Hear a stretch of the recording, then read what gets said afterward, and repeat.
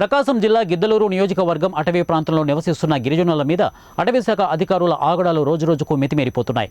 అక్కడ నివాసం ఉంటున్న వాళ్లే కులవృత్తిలో భాగంగా వెదురు బొంగులతో వాళ్ళ జీవనోపాధి కోసం తట్టలు, బుట్టలు మరియు చిన్న చిన్న అవసరాల నిమిత్తం బొంగులతో తయారు చేసిన వస్తువులతో అమ్ముతుండగా అటవీ శాఖ అధికారులు తమపై దౌర్జన్యం చేశారంటూ గిరిజనులపై అధికార పార్టీ ఎంపీటీసీ మహిళపై అధికారులు దాడి చేశారని వాపోయారు.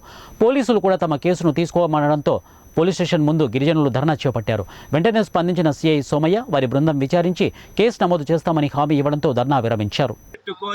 మా కులముని రెచ్చగొట్టి నేనుండా వెనక నేను ఎంత దూరమైన పోతా, నీకేం భయం లేదు, నువ్వు తగులు, నువ్వు నరుకు అని ఇన్నిసార్లు చెప్పి ఒకసారి మా ఇట్ట చేన్ని బోయల చేత నరికించు, అదే ప్రైవేట్ వాచర్ చేత నరికించి గొడ్డలతో నరికించి కేసు పెట్టి బయటకు ఉన్నారు. అందరూ చచ్చిపోయి నాకు ఎవరితో ఈ డిఆర్ఏ వాళ్ళ కేసులకు బోసులకు డబ్బు పెట్టి తీసుకొస్తారు బయటికి.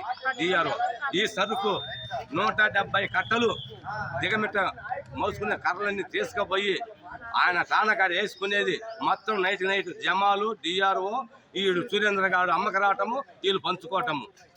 ఇదే దద్దకరమైన మా సరుకు మాకేమంటే ఇయటంలే.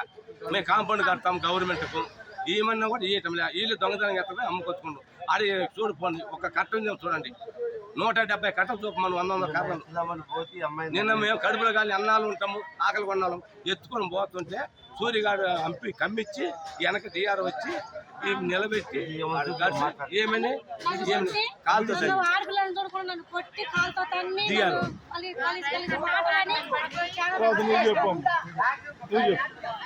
లక్ష్మి, నా పేరు లక్ష్మి. నమస్కారం. ఇప్పుడైతే మాకైతే తింటానికి కూడా లేదు సార్. చెట్లలో పడి పిల్లలు తల్లులు అల్లాడిపోతున్నా కానీ